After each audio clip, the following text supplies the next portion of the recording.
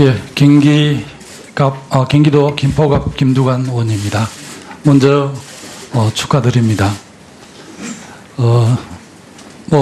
새 정부가 출범할 때마다 많은 국민들께서는 굉장히 많은 기대를 갖고 있고요. 특히 이제 남북 핵위기 이런 거와 관련해서 국방 안보에 대한 관심도 매우 높지만 역시 일반 국민들께서는 먹고 사는 문제에 대해서 가장 주목하고 계시고, 이제 새 정부의 기대가 매우 큰데 경제수장으로 우리 김동연 후보자 내정된 점에 대해서 굉장히 이제 기대도 크고 관심도 매우 높습니다. 감사합니다. 학자들 간에 여러 가지 분석이 있지만 제가 볼 때는 소득의 양극화 문제하고 불평등 구조를 해소하는 것이 한국 경제의 가장 근본적인 해결책이다, 이런 생각을 갖습니다. 특히 이제 최근 청와대 장하성 정책실장도 소득 격차가 큰 거에 대한 많은 우려를 했고, 또 실업 문제에 대해서도 많은 우려를 하셨는데요. 이 장하성 정책실장 그런 견해에 대해서 어떤 입장을 갖고 있습니까? 장 실장의 그런 분석에 대해서 동의합니다. 아마 그때의 주제가 그 주제였기 때문에 강조하신 것 같고요. 그렇지만 그거 하나만으로 우리 경제사회 구조 문제를 다 대변할 수는 없는 것 같습니다만 굉장히 중요한 포인트를 지적했다고 생각합니다. 경제정책 전반과 관련해서 이제 경제부총리, 기획재정부 장관께서 가장 중요하긴 하지만 저는 이제 경제정책도 청와대 그리고 당 또 이 경제부처가 이렇게 협력해서 팀워크로 하는 거라고 저는 그렇게 맞습니다. 이해를 합니다. 김수현 청와대 사회수석, 최근에 경제보좌관으로 어제 임명을 받은 김현철 교수, 또 아마 지금 청문 채택을 눈앞에 두고 있는 김상조 공정거래위원장, 이런 분들하고 평소에 좀 정책 현안과 관련해서 교분이 좀 있으십니까?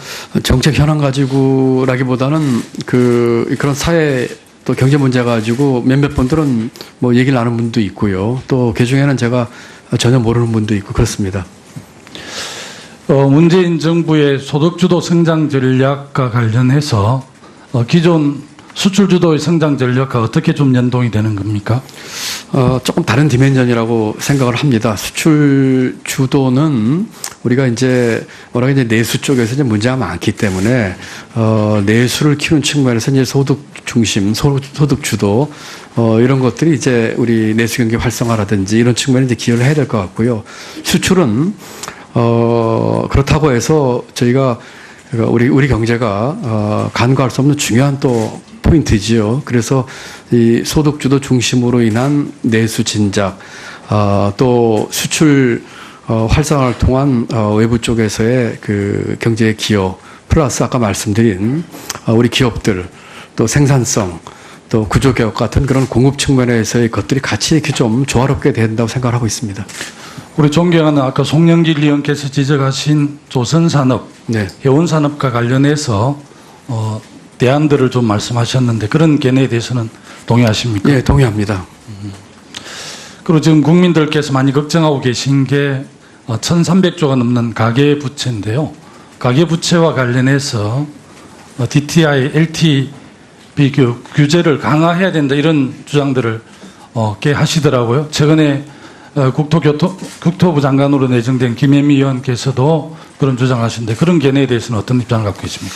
지금 LTV하고 DTI 얘기를 꺼내는 것은 아직 내정자신 분으로서 조금 적절치 않다고 생각을 합니다. 다만 지금 서울시장 중심으로 이 부동산 시장이 이상과열 현상을 보이고 있는 측면에 대해서 지금 면밀히 주시하고 있습니다.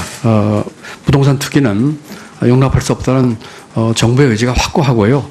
또 내주부터는 또 일부 이 관계부처가 현장 점검 또 할 예정에 있다는 말씀을 드립니다. 아직 그 LTV DTI 문제는 여러 가지 고려인이 많기 때문에 지금 말씀드린 가계부채 문제라든지 부동산 과열 문제라든지 있지만 또 다른 측면에서 또 봐야 될 측면이 있기 때문에 이런 사항을 면밀히 보면서 관계부처 협의를 거쳐서 결정하도록 하겠습니다. 예, 참여정부 말 2007년에 GDP 대비 58%였던 가계부채 비율이 지금은 약 90% 정도 되고 총액에서도 665조에서 지금 1,400조 가까이 돼서 굉장히 걱정하고 계신 거 아시죠? 네, 그렇습니다. 네, 그 점에 대해서 좀 면밀하게 검토를 해서 대책을 잘 좀 세워주시. 네, 그렇게 하겠습니다. 네, 수고하셨습니다. 다음은 최교일 의원님 질의해 주시기 바랍니다. 예, 영주 문경 예천의 최교일 의원입니다. 먼저 축하드립니다. 이 경제부총리로 내정될 때 누구로부터 연락을 받았습니까? 처음으로? 의원님도 정부에 계셨지만 제가 그 인사사항을 이렇게 공개석에서 말씀드리는 건 좀 적절치 않은 것 같아 양해를 해주시기 바랍니다. 예, 장관 임명을 위해서는 국무총리 제청이 필요한데 후보자는 위로 부총리의 제청을 받은 것이죠? 네, 저는 그렇게 듣고 있습니다만, 네. 예, 알겠습니다. 저희 당 의원들이 준비 모임에서 사실 여러 가지 의혹이 많이 제기되었지만 오늘 후보자 말씀을 듣고 보니 어느 정도 또 이해가 됩니다. 그래서 제가 세세한 질문보다 몇 가지 그 의혹을 받는 이유 그런 점을 좀 지적을 하고 네, 넘어가도록 그렇게 하겠습니다. 먼저 재산이 수백만 원에 불과한 모친께서 4억 원이 넘는 아파트를 분양받았지 않습니까?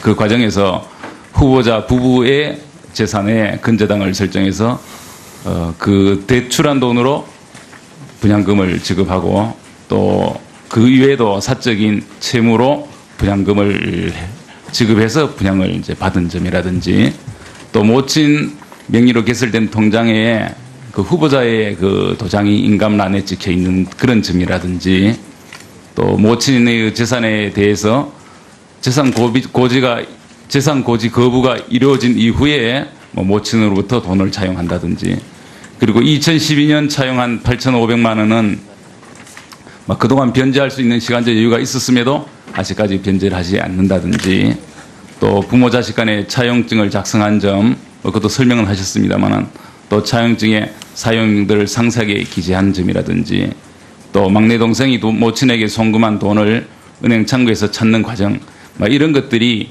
일반 국민들이 보기에는 좀 명쾌하지 않은 면들이 있습니다. 앞으로 이런 부분에 대해서 좀 더 일반 국민들이 이해할 수 있는 방법으로 처리했으면 좋겠다는 그런 그 말씀을 네, 잘 알겠습니다. 드립니다. 그리고 지금 공무원 증원 문제가 많이 나오는데 이 부분에 제가 이제 한 말씀을 이제 드려야 되겠는데요.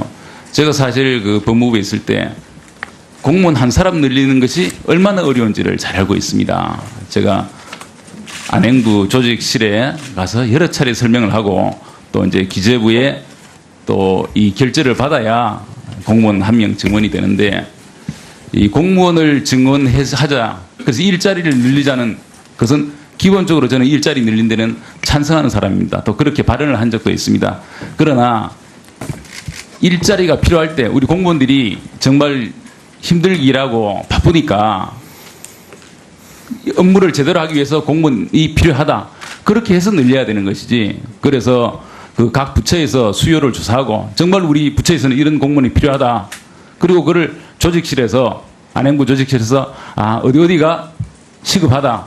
그렇게 정하고 또 기재부에서 또 검토를 해서 그런 절차를 거쳐서 공무원 증원이 돼야지 청와대에서 일방적으로 10,000명 늘려라, 10만 명 늘려라 이렇게 하면 그에 따라서 무조건 늘려서는 안 되겠다 그런 생각입니다. 거기서는 어떻게 생각하세요?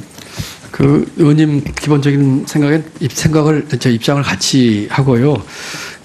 다만 이번에 이제 공무원 숫자 늘리는 것이 일반 공무원이 하나도 없습니다. 보시는 것처럼 경찰, 군무원, 또 생활안전, 소방 이렇게 돼가지고 해서 절대 인력이 부족하거나 법정 인원이 부족하거나 또 이런 사람들로 했거든요. 그래서 그 의원님께서 검찰의 고위직을 하실 적에 했던 그때의 그 인원 늘리는 것하고는 조금 다른 측면에서 봐주셨으면 좋겠고요. 이 인원들은 나름대로 그 수요조사를 바텀업식으로 했다는 것도 좀 첨언해서 말씀드립니다. 그러나 그 이 분야를 정해서 하는 것 자체가 저는 맞지가 않다고 보고요.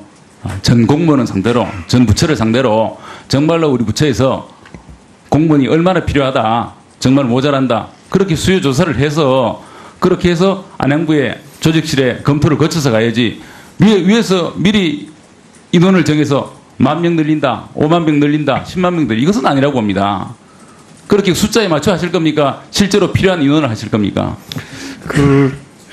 이번에 낸 그 추경안에도 사실은 그 수요조사를 했다는 말씀을 드리고요. 물론 이제 의원님께서 말씀하신 것처럼 아주 절차를 다 거쳐서 뭐 안행부 뭐 예산실 거쳐서 한 것은 아니지만 그동안 쭉 그 각 이 부문별로 필요한 인원에 대한 수요 조사를 좀 했다는 말씀을 드리고요. 이번에 또 좀 이제 좀 크게 보면, 좀 넓게 보면, 지금의 이 실업 문제라든지 여기에 대해서 정부가 굉장히 심각한 문제의식을 갖고 있다고 하는 그 점을 좀 이해해 주셨으면 좋겠습니다. 그리고 이것으로 일자리가 만들어지는 것의 완성이 아니고요. 결국 이 추경이나 또 앞으로 정부가 일자리 하려고 하는 것의 성패 관건 민간 일자리입니다. 그런 것까지 제가 감안했다는 말씀을 드립니다.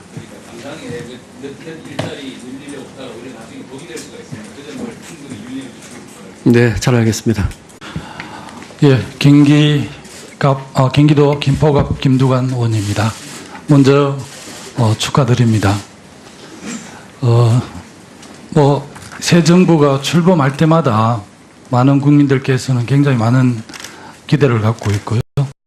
특히 이제 남북 핵위기 이런 거와 관련해서 국방 안보에 대한 관심도 매우 높지만 역시 일반 국민들께서는 먹고 사는 문제에 대해서 가장 주목하고 계시고 이제 새 정부의 기대가 매우 큰데 경제수장으로 우리 김동연 후보자 내정된 점에 대해서 굉장히 이제 기대도 크고 관심도 매우 높습니다.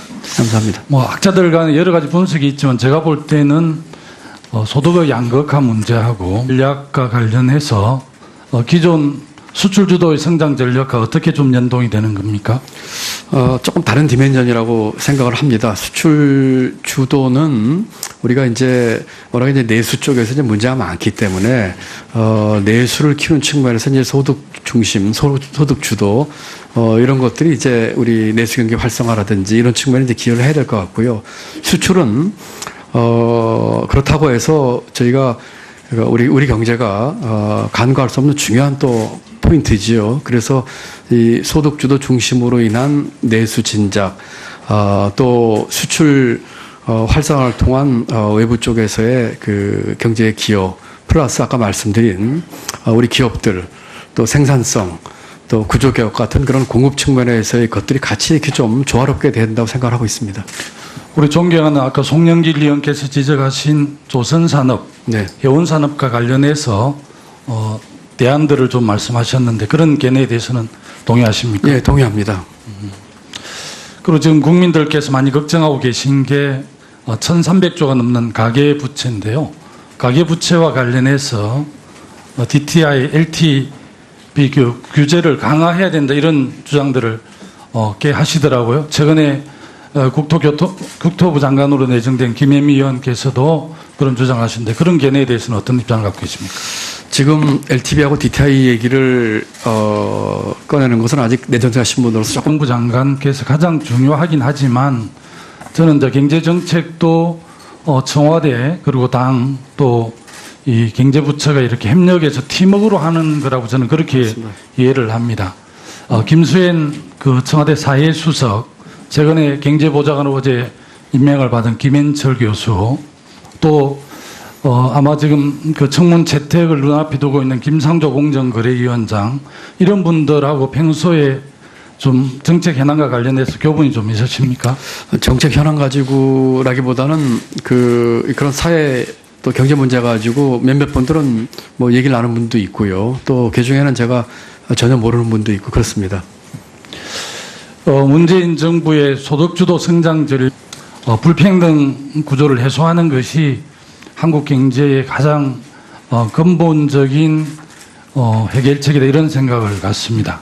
특히 이제 최근 청와대 장하성 정책실장도 소득 격차가 큰 거에 대한 많은 우려를 했고 또 실업 문제에 대해서도 많은 우려를 하셨는데요.